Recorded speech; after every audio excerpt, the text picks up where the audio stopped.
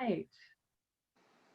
We are going to wait just one more moment before we begin this webinar.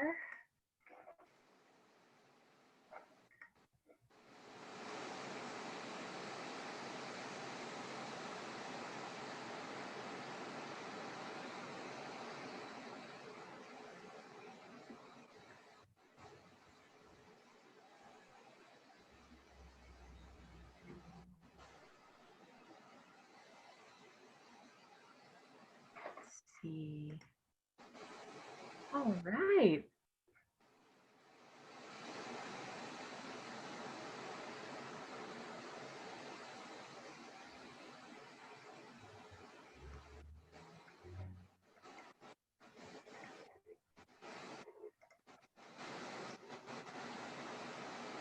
Well, I think we're getting ready to start. For all of those viewers out there, hello. My name is Sophia Heineke, and I'm the program coordinator here at the Creative Center at University Settlement, which has been providing free arts programs to people living with cancer and other chronic illnesses for over 25 years. I'm someone who loves to recycle, and I also love to make art, of course, and so collage is one of my favorite mediums, and I'm really excited to be here today with Creative Center Artist in Residence, Desi Minchillo, who's coming to us live from her studio to introduce a very specific collage technique that's called Chigiri-e, which originated in Japan sometime around 800 AD. And the primary technique that Desi is going to show us that's derived from this very traditional art form uses colored paper that's torn to create different images and may resemble watercolor painting in the flow of the overall image, whether it's an abstract or something that's subject oriented like a landscape. And this technique was often used in conjunction with calligraphy and usually done on handmade, long fibered, very lightweight paper. And I would love Desi to introduce us and then introduce herself and talk a little bit about the materials she'll be using today, because I have some pretty cool decorative paper of my own and I'm hoping to give it a try. Desi, do you want to say hello to our audience today? Hi, everyone. As Sophia mentioned, my name is Desi, and I am both architect and artist, although now I practice mostly as an artist. And most of my artwork is actually in pieces. Like I take pieces and I put them together. Even if I paint, it's always really tiny little objects. And this artwork really fascinated me because it was both ancient and it was also a modern concept, because it's about tearing things, which is essentially destroying things, but then taking those things that you've destroyed and putting them back together to create something different. A transformation occurs. So originally, Chigiri-e is actually made with a washi paper. It's called washi paper. And in the States, they have a lot of washi paper made out of mulberry. By the way, this is how it's spelled. I can't see yeah, Chigiri-e. On that beautiful demo screen you have, Desi. Yeah, thank you, thank you. But I was going to use mulberry paper, but it didn't arrive in time. And so I'm of the belief that, you know, when you don't have something, you bring something else into the picture. So what I do have, and again, whatever you have at home, you can do this with. You can do it with newspaper, magazine, any kind of recycled paper, you can actually do this with. And so what I have here is essentially origami paper, pattern paper, and the more pattern, the better. I do have solid colors, but the more pattern, you get more nuances with it. I also have some colored pencils. You don't really need colored pencils, only if you want to keep your objects in check. This is where I put my flower, this is where I want this. That's a way of orienting yourself. Pencil, Mod Podge. You can use Mod Podge if you have, but you don't have to. If you have just a an Elmer's glue stick at home, or you can use paste, like the paste is made with flour and water. You could use that. It whatever you have around, you can use. And essentially what I've done here is I've shown this is what happens with it. I'm basically I made torn paper, but I want to show you something that this is how I essentially work with. There's two different ways to tear it. You can start with just, creating a torn line, really natural. It doesn't have to be, and you make thick or thin lines, and then just basically cut in this way. And you have essentially confetti that is valuable confetti for the artwork, right? And I'm putting it in my little dish. I'm going to put it over here so you can see it better. All right. And then what I've done, and I've done this for your behalf, is I'm going to bring it closer. I don't know whether you see it, but I've actually shown you a dragonfly, which is in red, so that I can keep that in check. A flower, which is outlined in blue. I don't know whether you can see it. And then some green as leaves in the background. So I'm just going to give you essentially sort of a simple little demo of how I would start. Because I've done the outline of the dragonfly, I'm going to work within those confines. So essentially, I'm going to use this sort of bluish beige color for the wings. And I'm just going to put, you can see I'm just taking any piece, nothing has to be perfect. I just put it over the Pritt glue, and then I start like that. And the interesting thing about Chigiri-e is that the closer you come up to it, the closer you come up with it, you will see all the little details. But as you go further away, you're actually going to only see whatever images you want the audience to see. And I want to show you something. This is not done by me. This is something that I got off the internet. But basically, this is made with real washi paper. And it's an image of it. But you end up, when you get really close, you can see the fibers, you can see the textures of the paper. But far away, it looks like a watercolor. And so it's again, I always talk about the optical illusion of art, whereby you're playing with someone's perception of what they're seeing. And it's just beautiful. It's layers of paper overlaid on top of each other. And if they've got if it has creases and things on top, that is the beauty of the washi paper. Other people would say, well, it's got creases. It's a mess. No. That's the beauty of it. You want to see the creases. You want to see the imperfections. It's the imperfections that identify the uniqueness of the artist's work. So that's something to remember. So here you're seeing me do it. Sophia, do you want me to go through the whole wings thing, or do you want me to show the before and after? Well, I'm actually just noticing, as someone who's using magazine paper, that yeah, the magazine paper has a really different texture than even like a tissue paper, which I'm also using, or the washi paper that is what's kind of recommended with the activity. And what I'm finding is that the magazine paper, because it's sometimes a little stiff, it can be really helpful to kind of crumple it to create that imperfect texture that actually helps adhere it to the paper. Even yeah, and even if the crumpling isn't sufficient, you can also do something called scoring, where you just kind of cross hatch. You make just little diagonal lines with a scissor, being very careful and delicate on your work surface to make a little bit of texture so the paper holds a little bit to your base. And I'm just using like a copy paper for my base. Desi, what are you using?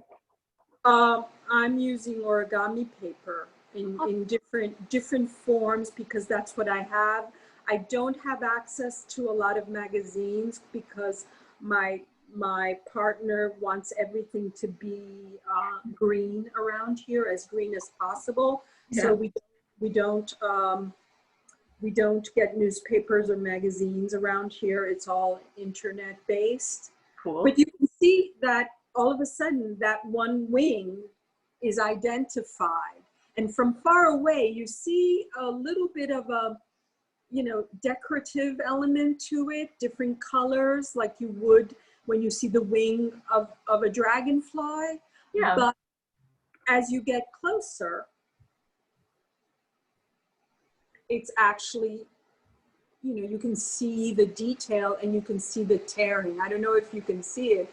You can see the tearing and you can see all the different details, but far away, it's just a hint of. So Sophia, that white paper, is that also an origami paper that you're using? No. Okay.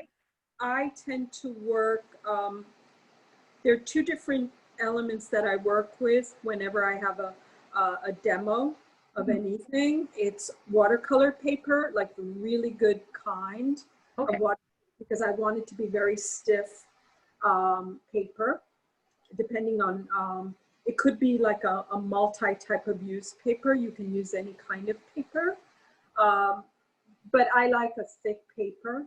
Or if, depending on other demos, it could be boards. I like wood boards. All my artwork I work in wood boards because it's as close to a drafting board as possible. That because of my background, I like I don't want the surfaces to be pliable. That's what I'm comfortable with.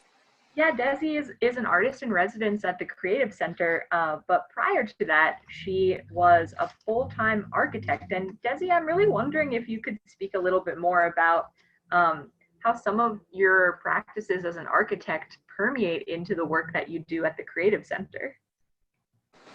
Well, I try not to inflict architecture on any of my patients because architecture is a very, very precise practice. It absolutely anal retentive, and I can do that, but I don't try to do that with patients. But I do, sometimes they'll say to me, I would like to know how to do a three-dimensional landscape. How do I draw a building? And I will say to them, okay, that's complicated, but I can show you the basics of doing a perspective. I can do that. Sometimes we'll do geometric shapes out of paper to make kaleidoscopes or things like that are mathematical.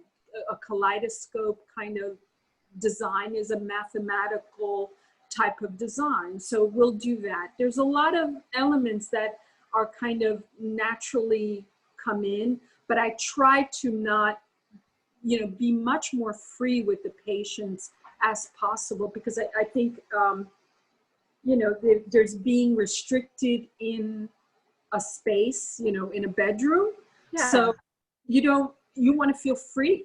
And that's always something that I want to have with the patients, a feeling of freedom and explore whatever they want.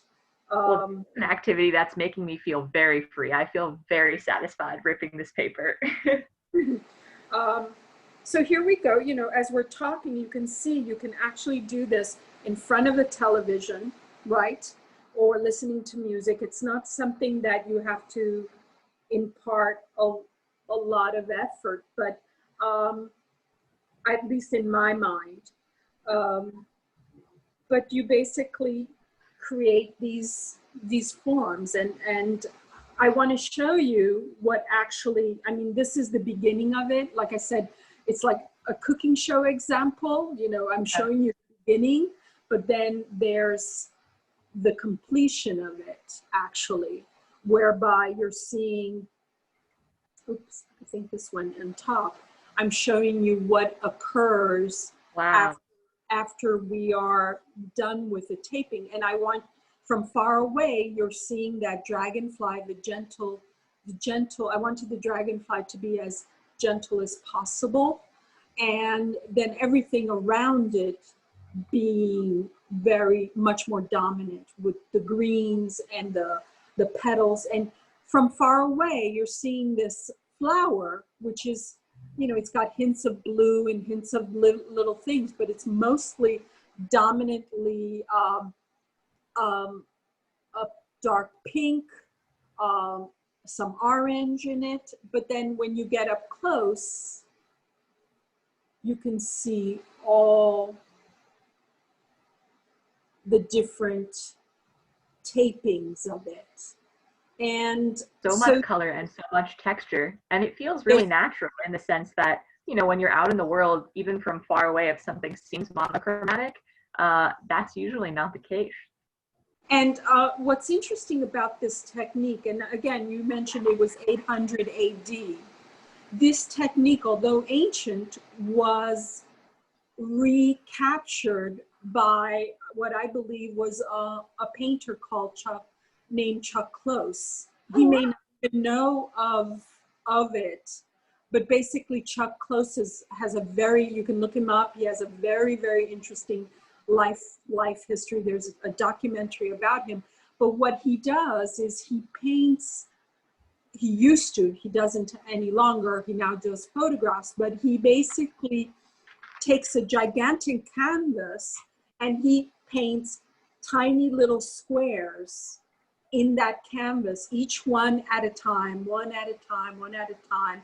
And they ultimately create an entire picture of portrait of a human being. Wow. So when you look at his paintings, and I'm sorry I don't have an image of it in front of me, but when you look at his paintings up close, you see only the little squares. Mm-hmm. And then when you actually pull back and go behind as far back as possible, you don't see the squares. You actually see the portrait of the human being. And it's interesting because that's his stuff was like 1960s when that came about. But it's the same concept as this, you know, this is made up of tiny little pieces that you can see up close, but far away, you're literally, you know, you see the entire image. And for those of us who are living in New York, you can see Chuck Close's work on the Q train, right? I don't know if you've seen that, Desi. I think it's right. 96th Street Station. That's right.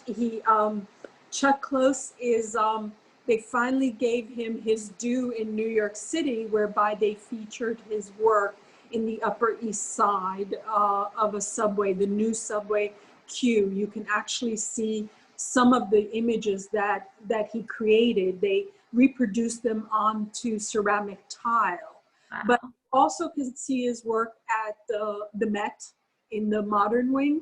You can actually see his work, and his portraits are gigantic. They're very, very big.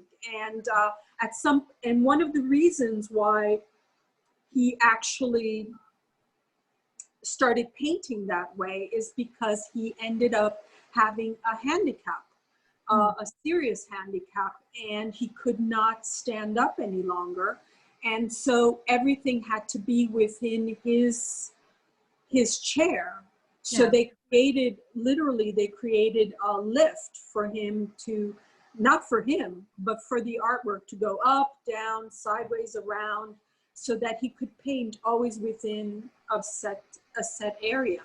And I think, you know, necessity is the mother of invention is the phrase. Yeah. You know, sometimes we're forced to recreate ourselves or rethink ourselves because we have to. And because that's the option we have.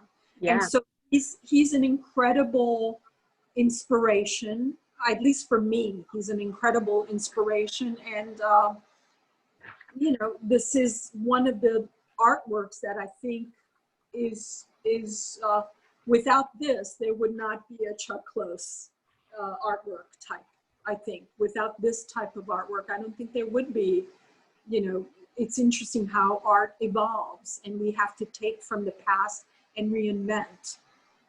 Especially in Western culture looking to Eastern culture. But Desi, we are getting some great questions in the chat, very specifically related to what we're talking about.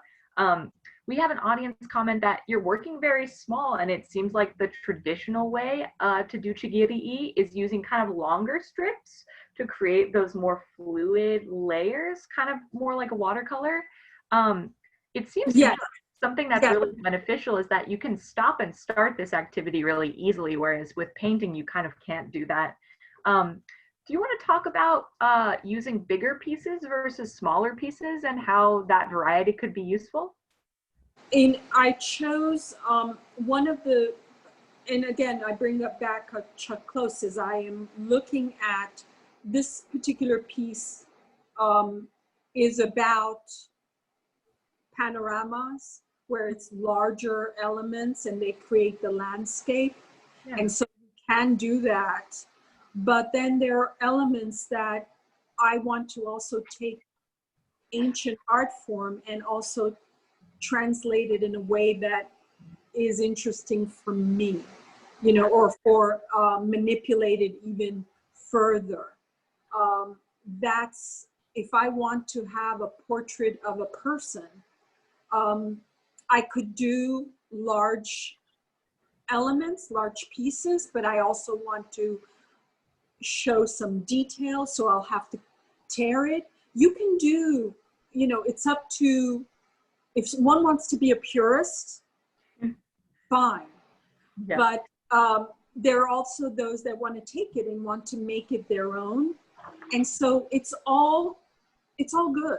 It's all, you know, it's all good, baby, as Whoopi Goldberg says. It's all good, baby. We can all do this. And I think one of the issues that was being discussed about Chigiri-e, but also another type of Japanese form is art form, was that we artists have to find a way to bring it to a more modern place, taking something that is historical and has so much history and bringing it forward so that it becomes still alive, you know, because if it ends up being so purist and so particular and we have to follow exactly that, then essentially it becomes something that some of us may not touch because it's so pure.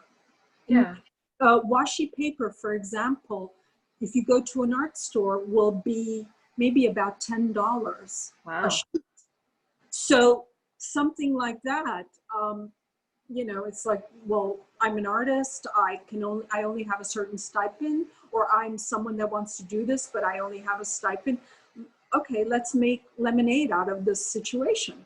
Yeah, and it seems like since we're using mostly paper and mostly recycled paper, that this is something that is a really COVID appropriate activity, that there's so many materials around our house that we can just reuse and we don't have to think too hard about where to find and buy new supplies. I'm really curious. Yeah, I'm curious to know, Desi, and I'm going to take us back to the demo screen so we can see what it is that you have in front of you.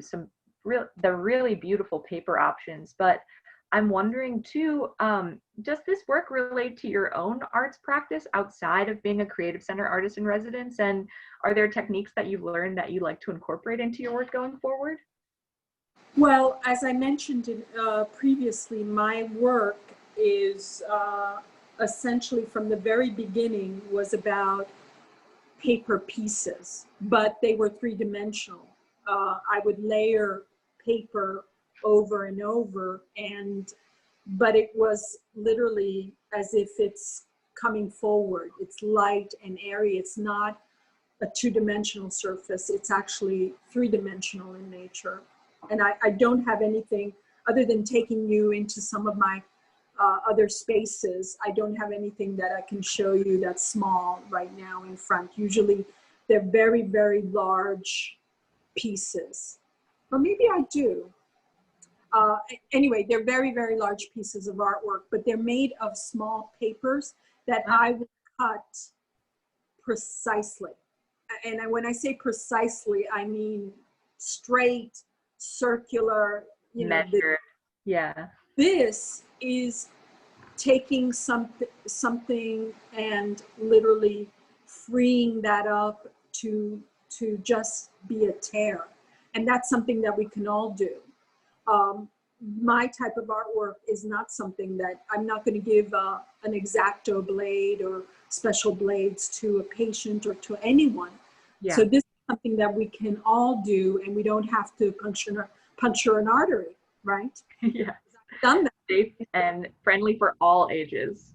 Yes, friendly for all. In our last few minutes, do you want to show us a little bit more about the piece that you've completed? Because I'm really interested to know how you've gotten this really beautiful fill and outline around the perimeter of the piece as well. It looks very clean and precise, despite the fact that there's so much freedom in ripping.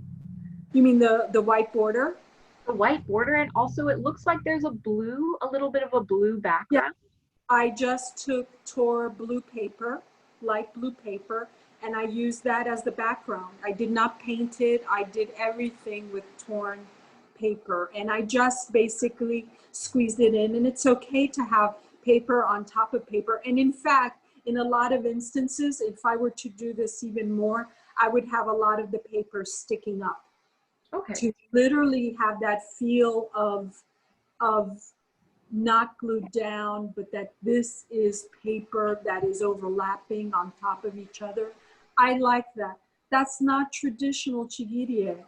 It's not traditional, but we always have to transform. We have to go through transformation in our lives, in our culture. You know, certainly we're doing that right now. We have to change, and that's one of the reasons why I did show you the traditional Chigiri-e image, because it is big swaths of paper. It is made from what I think is mulberry plant, but you know, we make do. I have to make do. You know? Yeah, I feel the same way. The woods. Desi, And the mulberry paper didn't come. Yeah. Desi, thank you so much for leading us through this very collaborative project that I feel like is great for friends to do together, for families. And I really just can't thank you enough for your time and for being so thorough and showing us the techniques. Oh, you're welcome. The one thing that I didn't show you before we leave, Great. is you can take a pen that is no longer working, that the ink is no longer working, or essentially if you have something like this around, which is, what do they call, skewers, or this is actually made for something else. But basically, if you want to do a line, you just basically use this wooden piece. Oh, I see. And essentially that creases the paper. And so what that does is by creasing it, you're creating the beginning of being able to create a very thin line, a thin paper. Still very much torn, but it gives you a lot of, what is the word, control. Yeah. And so if you want to create a circle or whatever, this allows you to do that, and then you can tear it. So that's a very key item. Now, again, you can use a pen or, you know, find something that is comparable to this. So that's great. the last of it. Thank you. Yeah, it seems like too that technique works definitely better on like an origami paper or a paper that doesn't have like a laminate. I have magazine paper that's a little bit more tough, and it's still it's not quite giving that really clear line that happened on the paper when you just demonstrated. Well, it's definitely an effective technique. I think one of the issues for anyone that's doing this for the first time is accepting the tears. You know, psychologically, we want to see this level of perfection, and we have to psychologically accept the imperfections as this, I meant to do that. So your tears that you're seeing, you're saying, well, it's a little bit harder, but even if it's harder, I would still somehow manage it. It's just accepting it. Try to do that and put it down on paper, and then step back and say, oh wow, you know, this does really work. Even if it's thicker, it does still work, because it does. Yeah. Oh man, this is very addictive. I would warn the audience that I feel like I could do this all day. And Desi, I hope you feel the same way. Again, I can't thank you enough for sharing your time. Audience, thank you so much for your questions and participation. We're going to say goodbye here to Creative Center Artist in Residence, Desi Minchillo. Yeah, bye. Thank you so much, Desi. We'll see you very soon. Okay, bye-bye. Bye.